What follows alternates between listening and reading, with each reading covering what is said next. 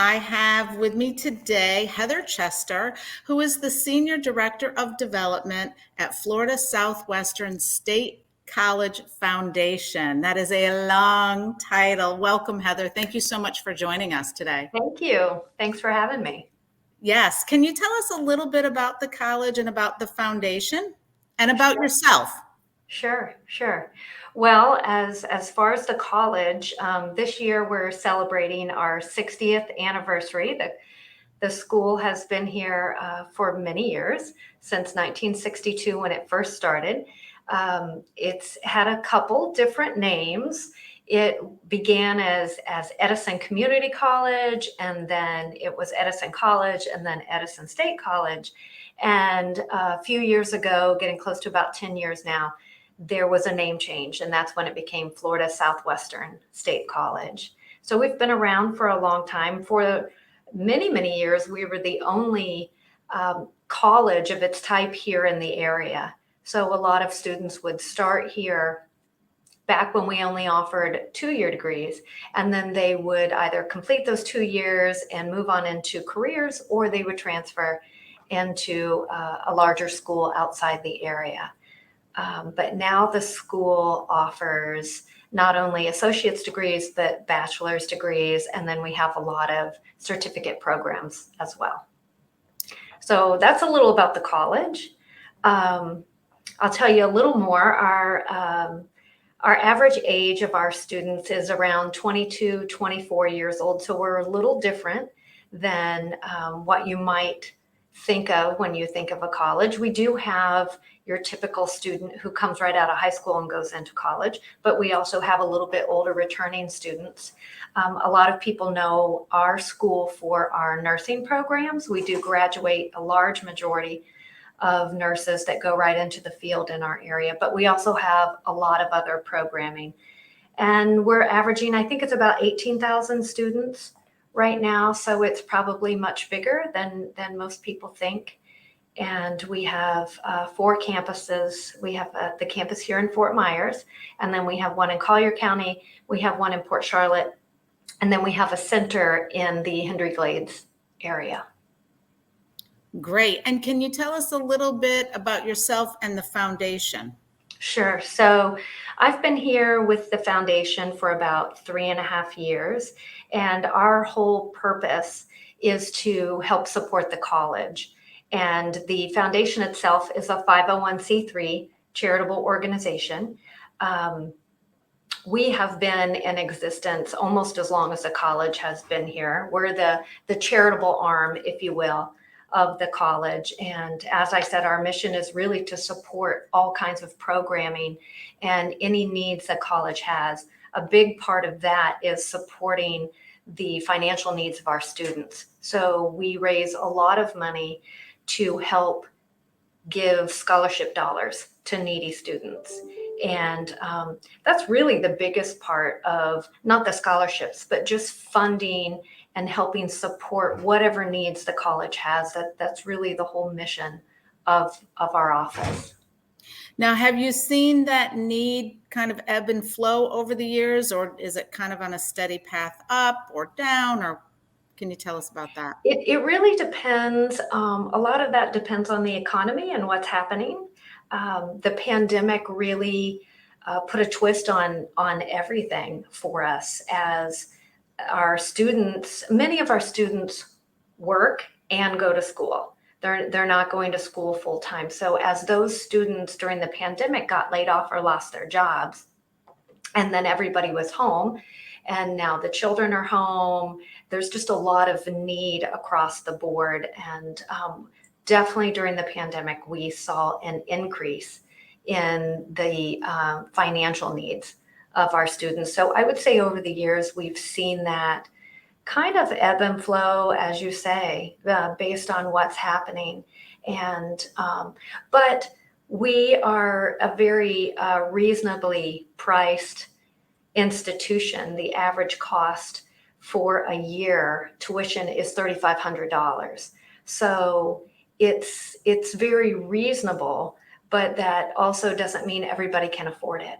So with books and housing and just the average living expense on top of also trying to pay for an education and or raise a family. It can be very hard for a lot of students. Now, imagine during the pandemic, everything kind of went online. How much in a regular time, in a regular year, is it online versus in person? We've always had the option of online courses here, um, but I would say the majority of what we had was in person. And even with some of our programmings, that includes night and evening and weekend classes too, to accommodate for that. But with the pandemic, of course, that shut everything down. And I think it was within a 2 week period, the school was completely shut down for a very short time. And about 2 weeks later, everything shifted to online. Everything shifted to online. So everybody scrambled very quickly. And it forced everyone to learn how to teach and do it online, and that many people could do it. For us, uh, the biggest piece of that in some situations were students who didn't have the access to laptops and or internet service where they were. So that was a key factor for us. But since then, we've learned that a lot of people like the option to have it online. So I think we've seen a shift that more than half of the coursework is now offered online. We still have a lot of in-person. I don't think that will ever change. Some students learn better in person than they do online, but we definitely offer more now than we have in the past. Talking about the online, you know, when they're doing online, is it virtual, like they're attending virtual classes, or they're participating with other students that are actually in the class, or is it completely, study on your own? It's a little bit of all of those things. Um, Traditionally, online classes meant that you had a professor who posted everything online. The whole curriculum was online. You followed that curriculum. There were dates, you had tests, you had deadlines to meet. That was traditional online. Then there became a online, like you and I are looking at each other, and the instructor was teaching to all the students, like a Zoom room, if you will. And then there became the hybrid, where there was in person a couple days a week, and then there was online a couple days a week. So we still have that across the board, where it's not just your traditional online, where you can speak to the instructor by phone or email, but you don't actually see them in person. You only see the coursework online. So we have a little bit of all of it now. Able to meet everybody's needs then. Mm-hmm. Yeah. Mm-hmm. So we're talking really about the Community Foundation. That's what this series is about, and how they have donated money and what that money goes to. So can you talk a little bit about the scholarship program and what those monies get earmarked for? Sure, sure. So the Fort Myers Beach Community Foundation started working with us to help develop their scholarship program. And I think they've been doing that scholarship program for a number of years. And they had a few students who were attending FSW. As we began working together and trying to help them meet their goals of helping as many people in their community as they can, we decided if we put together a scholarship program specific to FSW, this might be one way, in addition to the other scholarships they're doing, of helping even more people. So I think it was sometime during the pandemic, during 2020, that we had already started this process, and we started furthering it even more. And they established an endowed scholarship, which means that it will go on in perpetuity here at FSW. So the scholarship in their name is given to students who attend FSW, who have some kind of financial need and who have a connection to the Fort Myers Beach area or surrounding areas. That could be they grew up there, went to elementary school there. That could be they have grandparents there. That could be they worked there, or they have a family member who works somewhere on the beach. Any kind of connection, that's really their first priority, is to try to give within their own community. And if there aren't any matches with that, then they'll go outside the community. But they're really looking to help people further their education, and in many cases have an opportunity for an education that they didn't think they would have if it weren't for this scholarship. And as you said, it's not just what we traditionally think of a college student right out of high school. This can be someone who's worked for a while on the beach and has decided or has a passion for something else that requires either an associate's degree, a certificate program, or or a bachelor's degree. And so it can be any one of those options that the scholarship can be utilized for. Is that correct? That's correct. That's correct. There are no restrictions on what they're studying or how they're studying, or even how many courses they're taking at a time. The only criteria really is that they're a student here at FSW, and that they have some type of connection. And it's really a great scholarship. And they have had some recipients that one in particular was a returning student, a female, who I believe worked on the beach for quite a while. And I'm not sure in what field, but had decided maybe college would be an option, and had started to enroll here, taking a few classes, found out about this scholarship, had applied through our online system here, and was awarded the scholarship. She's currently in our nursing program. Great. Great. Do you know, and I didn't ask you this beforehand, so it's okay, but do you have an idea of how many people have utilized the scholarship program? So far, looking back from when it originally started, it looks like we have been able to award 10 different scholarships. Wow.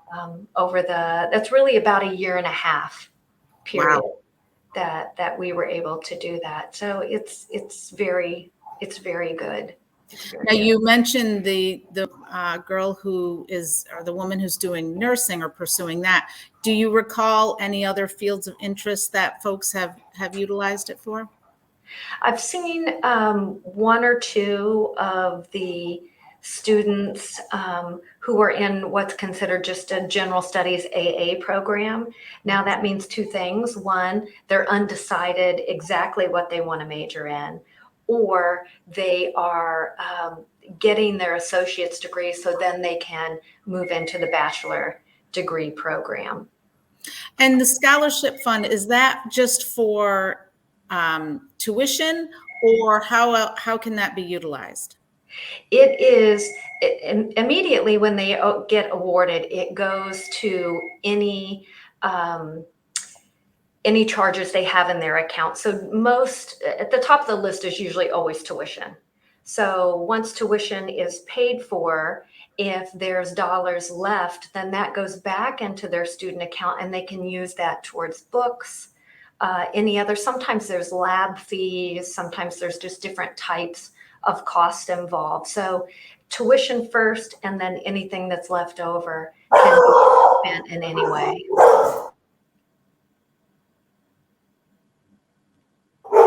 I warned you and everybody else about the dog, and there they are.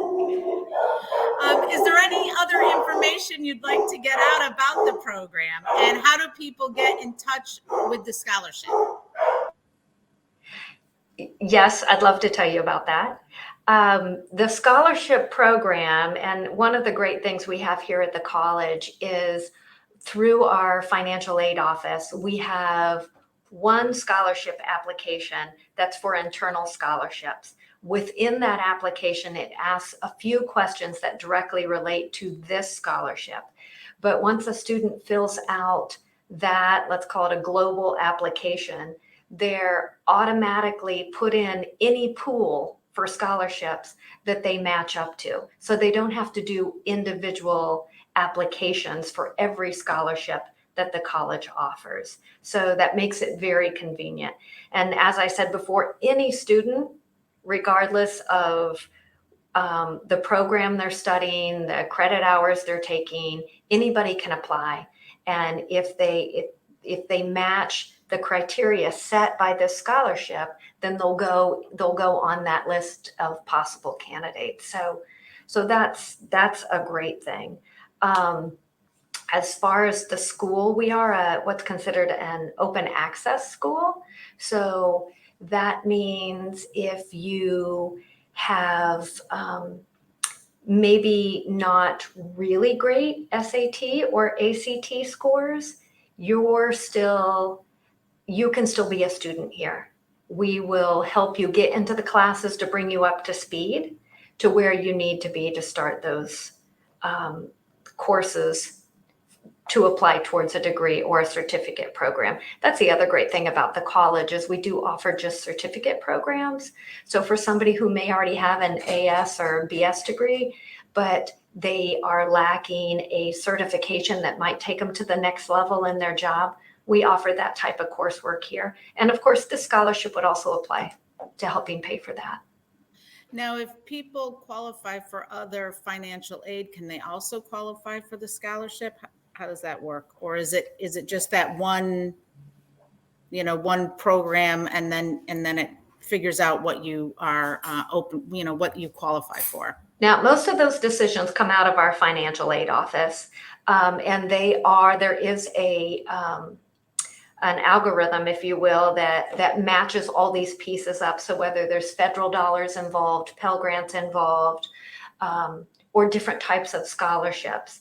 But once some of those match up, if there's still a gap in need, then anybody who qualifies can still get portions of other scholarships to fill that gap of need. And is there a requirement for them to attend full-time, or you said no? Nope. Okay. No, there is no requirement. Yeah, they can attend full-time or part-time. In fact, a lot of what I have seen, I would say half of the recipients of this scholarship have been part-time students because they're currently working and caring for families and going to school. So it's a lot for a student to do all of that and get good grades and complete a degree. Yeah, well, I think it's good if you could just talk one more little minute about that open access, because I think for folks returning to school that may have been out for a while, they just feel like, I don't know if I can do this. I mean, it's a big shift to go back into academia after you've been out for a little while.